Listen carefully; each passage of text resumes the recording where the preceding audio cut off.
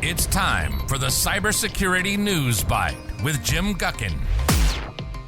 For April 17th, 2023, Pentagon Document Leak, NCR was the victim of BlackCat ransomware, free movie sites are a bad idea, and Vice Society ransomware using Stealthy PowerShell Exfiltration.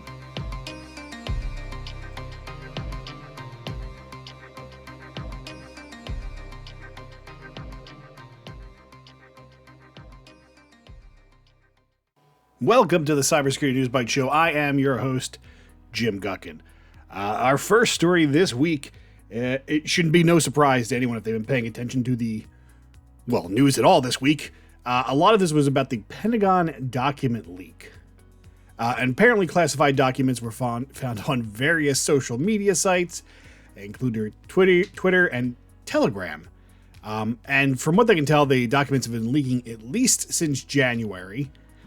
And they seem to have originated on Discord, on a Minecraft Discord server, and they've spread over to the anonymous forum 4chan.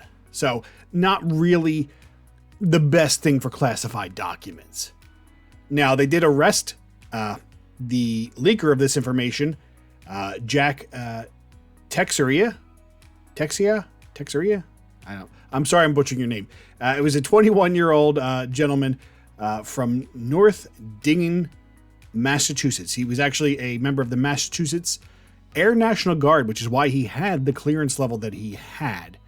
And apparently he was taking some documents and sharing them. You know, from a lot of people who were on this original Discord server. One, they said there was a lot of people from what they refer to as the Eastern Bloc or former Soviet kind of countries that were on this server, this Minecraft server. Not quite sure why. Maybe they found there was documents being leaked from there. I don't know what the real thing was. But a lot of the people who were, I guess, English speaking, described this user as being, or more like trying to, kind of fit in, make friends, show off, kind of stuff. And honestly, with a 21-year-old, can you really not be that surprised about it? I mean, 21-year-olds can be a little brash sometimes. I mean, granted, you shouldn't be exposing top secret information, but they can be there. So Jack was arrested in connection to unauthorized removal, retention, and transmission of classified national defense information. Gave himself up pretty much easy. Though I did think when I was looking at this, the members of the Discord servers were saying that, Jack was very, they didn't know his name, they used his username, was very suspicious of law enforcement and the U.S. intelligence community. I mean, that should be, you would think, a red flag for getting top secret clearance, but not really, because it's, once you have it, you generally have it, unless you do something to get it revoked. And it's not like they continued the investigation. Now, if they would have caught him, they probably would have revoked it quicker than that. But they've also described him as prone to ranting about government overreach, which kind of is a little funny. I understand. Look, I've done work with the government. And I wouldn't say that I was in the same boat as government overreach.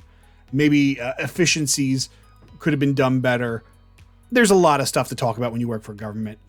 But no one reported him at this time. He's just leaking documents. And it was really a big news story and a big story in cybersecurity because there's a lot of people have their opinions on this.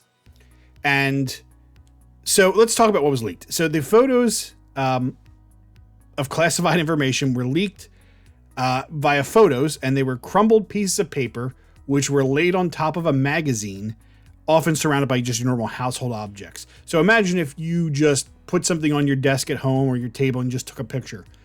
That's the way it was, a little crumpled. Most likely, probably because he was jamming the stuff in his pockets or whatever it was. So right now, the leaked document count is roughly about 100 pages. And people of the highest classifications are trying to figure out how detrimental the leaks were. Now, the documents in general illustrate the U.S. efforts to spy on Ukraine's government and military leaders, lays out the extensive knowledge of the Russian government's intelligence operations, which is dangerous because if your enemy knows what you know about them, then there's a chance that they could find out where that information is coming from and then obviously put an end to that. Probably not in good terms. Now, what the number one thing I heard from cybersecurity professionals is, well, I guess they don't use DLP. That is a horrible argument to make. And the reason I say it's a horrible argument to make is no matter how good your DLP system is, if you tell users they can't do things, some crafty user is going to figure out a way around it. Unless you have some sort of draconian measures in place. So for your average person, yeah, DLP kind of stops them. But I have seen people go out of their ways to bypass DLP sensors. Especially once again, these are pictures of paper. So even if you had taken them some other way, he could have copied them. I mean, this is the problem with kind of classified documents. Now, from what I understood, he wasn't allowed to have a phone or internet in the clean room that he worked in. Very standard for highly sensitive documents of the government. Now, the difference is he was able to take these out and take pictures of them. So DLP doesn't stop that. It doesn't get away with stuff.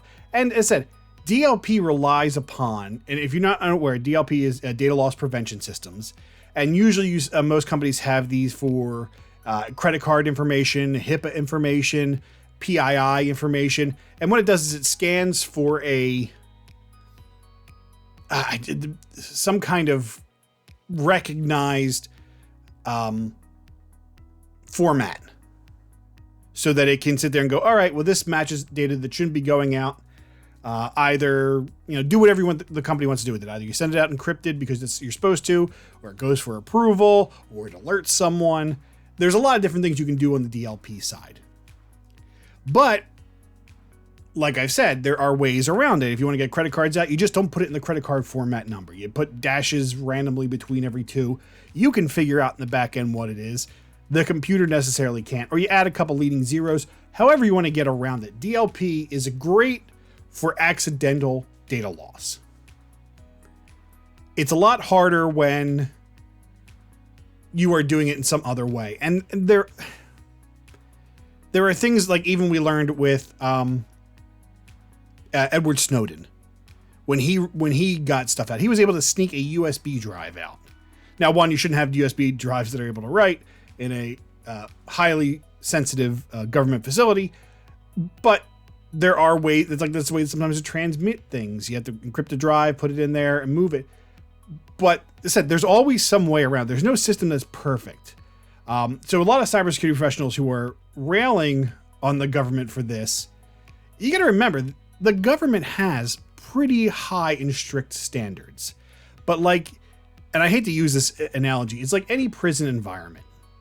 And cybersecurity professionals and IT professionals are the wardens of this hypothetical jail.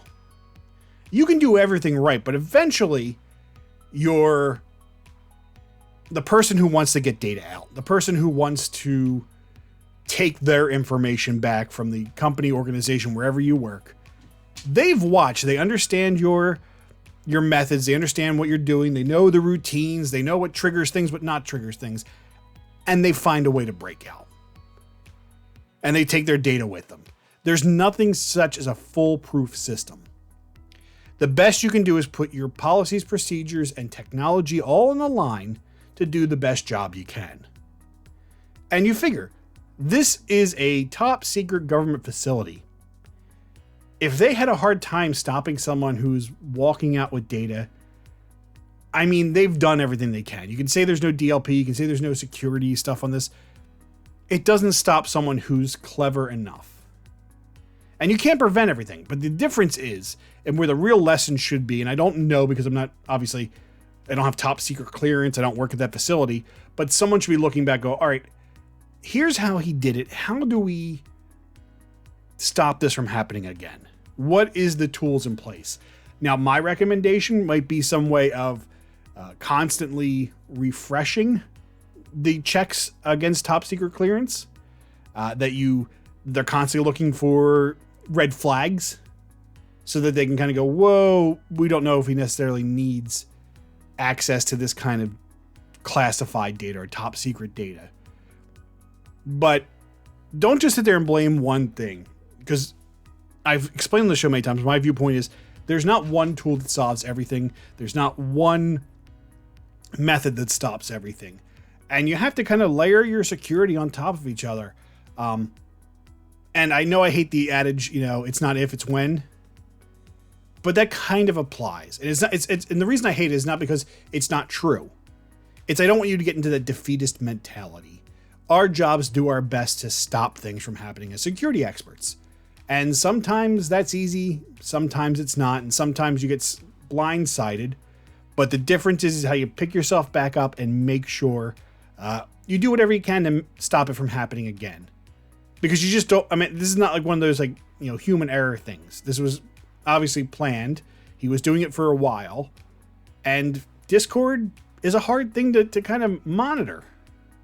Because it's like different servers. I don't know how they would logistically search them all for information that may be sensitive, but I'm sure they're trying to figure out a way now.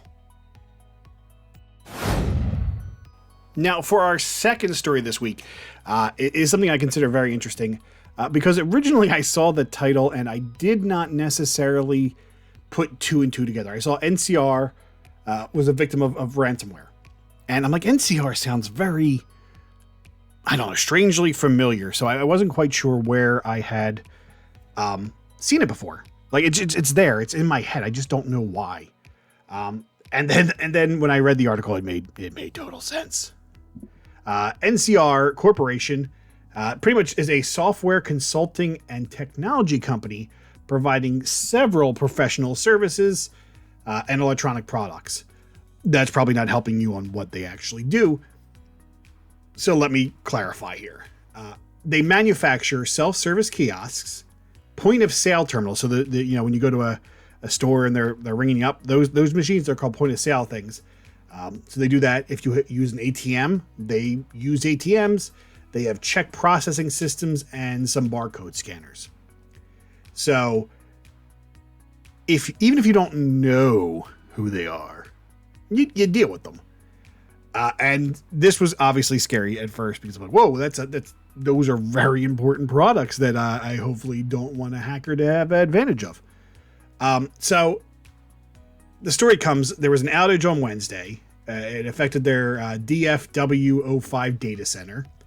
And this one happened to only deal with the Aloha point of sale platform, which is a restaurant point of sale management and software.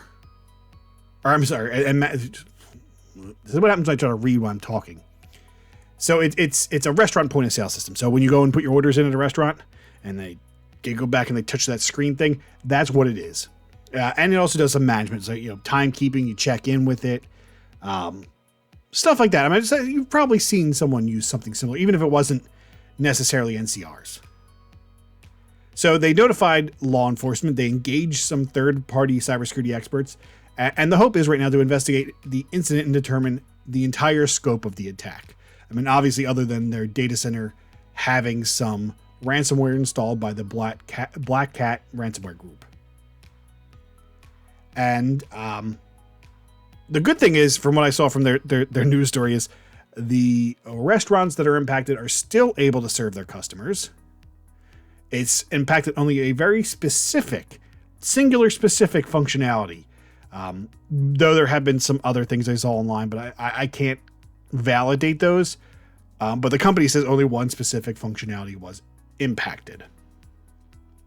So we don't really know how bad the ransomware attack was, how many things got hit, what if any data was stolen. That's all still to come out of the investigation because it was only last Wednesday. I'm sure they're just inundate it with data at this point, trying to figure out what happened. Now, BlackCat, also known as UNC 4466, pretty much has been around since November of 2021. They typically deal with, a ransomware attack. But the interesting thing here, and which I thought was very fascinating. So originally, BlackCat added NCR to their list of victims on their Tor data leak site.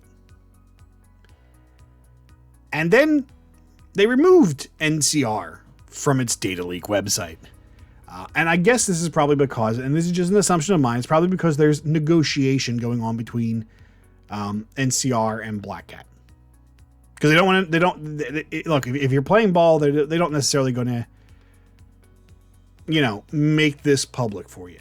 And I don't know, maybe this is NCR's plan to kind of, just get it out of the news for a period of time and pretend like they're really negotiating. I just don't know, because I'm not on that thing.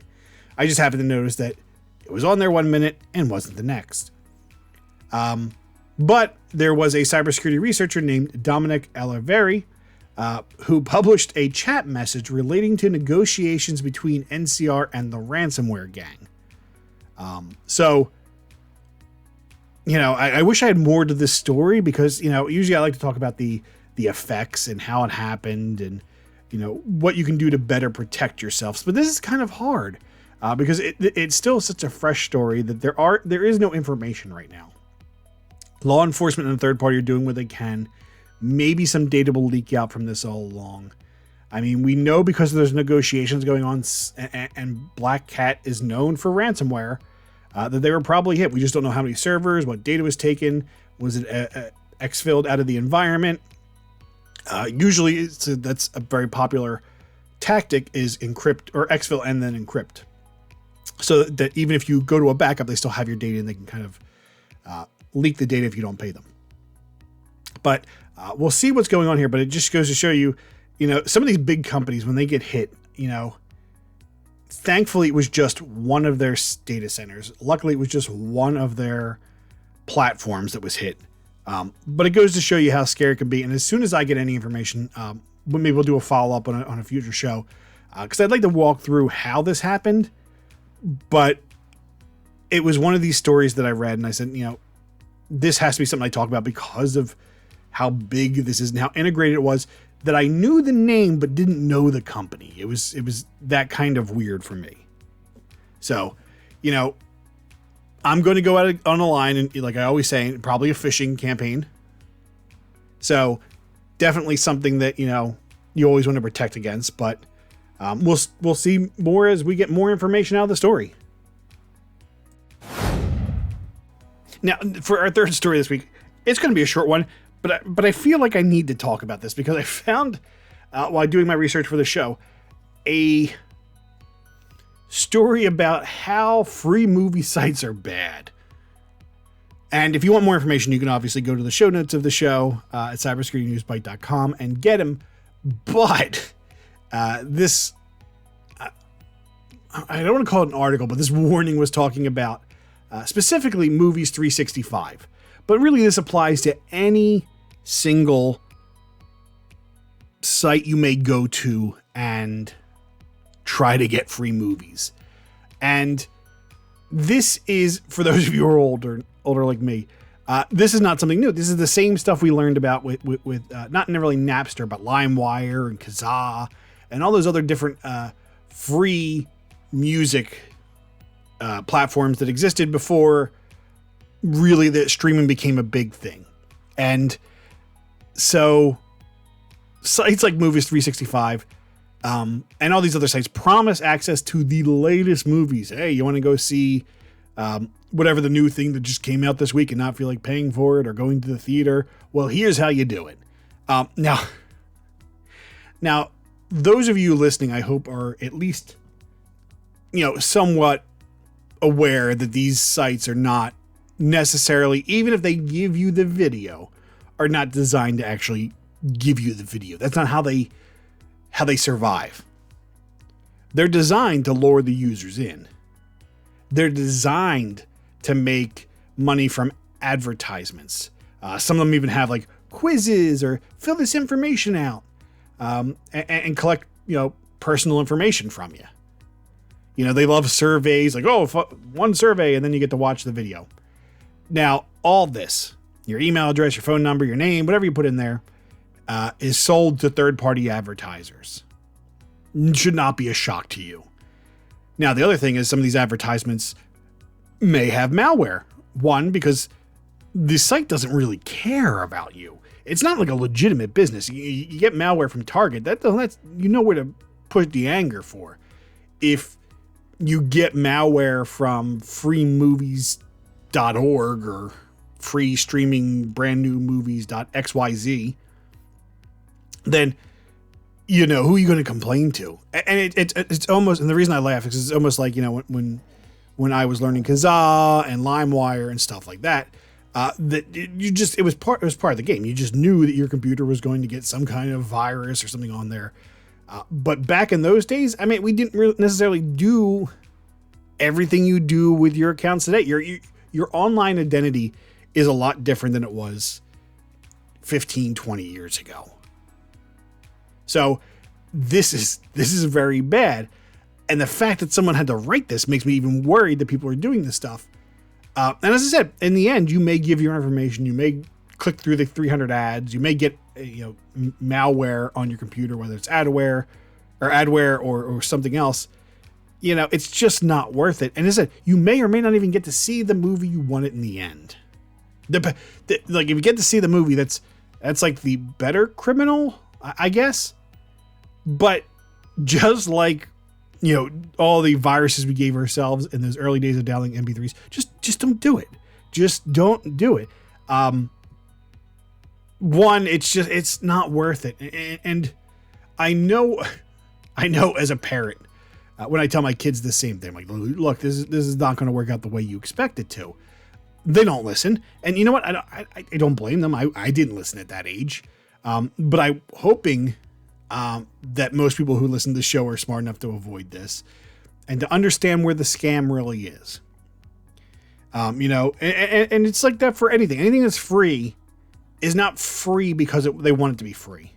There's no greater good behind that. You're just trading something you don't know what it is. Now, that may be something as simple as, your information so they can sell to advertisers. And look, necessarily in itself, that's not bad. We do it for everything else. So if you have a Gmail account, you don't pay for Gmail. So you are the product. Your information that goes into your account and your stuff that you Google track, Google account tracks from one website to another, the Google ads that are targeted to you. You're the product.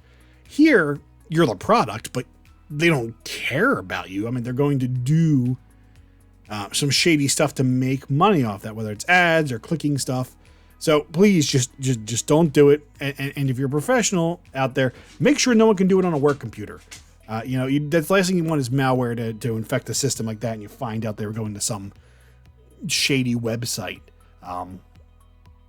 But do your homework. Figure out just Google free movies. Stream free movies. Stream whatever the newest movie is out now free. Just so that you can do everything you can to protect your systems, because just like in my early days, you don't want to give your computers that kind of stuff. And especially nowadays, you don't want giving people access to your online persona, your credit card information, all your private information that you think is private. But once they get that malware on your computer, well, it's now theirs. For our last story this week, I want to talk about our good old friends, Vice Society. And the reason I want to talk about them is, one, they are using some pretty crafty tools. So, for one, they are using a new PowerShell script that is custom written by them that is pretty much stealthy. And it's built all around taking your data that's important and taking it off and putting it on their servers. So let's kind of back up here. I know I like to get ahead of myself. So Vice Society has been around since May 2021. They are pretty straightforward kind of ransomware group. They're strictly extortion based. And Microsoft tracks them. I forgot if I said this, as DEV-0832. So they have obviously gone back and done an amazing, which, I kind of, part of the cybersecurity defender in me hates to say this, but the former dark web enthusiast, shall I say, has to give them props. They designed a bespoke PowerShell script that is very beautifully coded. It avoids detection by pretty much utilizing living off the land binaries and scripts. Stuff it does not need to download. It has all of its tools. It doesn't need to go out and get anything. And this is to help avoid being triggered by some security software. So once the PowerShell is there, it doesn't need anything else. And it also automates the exfil of data, the exfiltration process, the process of taking your data and moving it to them. So the version I saw is called W1.ps1 for PowerShell script. And the reason I said that there's genius in this is the way it works. So the first thing it does is it tries to identify any mounted drives, whether they are like a USB drive, whether it's a file share in a computer or a server or anything along those lines. And then starts a recursive search algorithm through each of the root directories that it can find. But it also has like little built-in rules that help it not trigger stuff. So it has a include list for extension types and directories, stuff it's specifically looking for. It only focuses on files that are over 10 kilobit in size. It excludes system files, backups, folders pointing to websites, any kind of security solution, especially from Symantec or ESET or Sophos. So that in itself is kind of a smart way of doing things.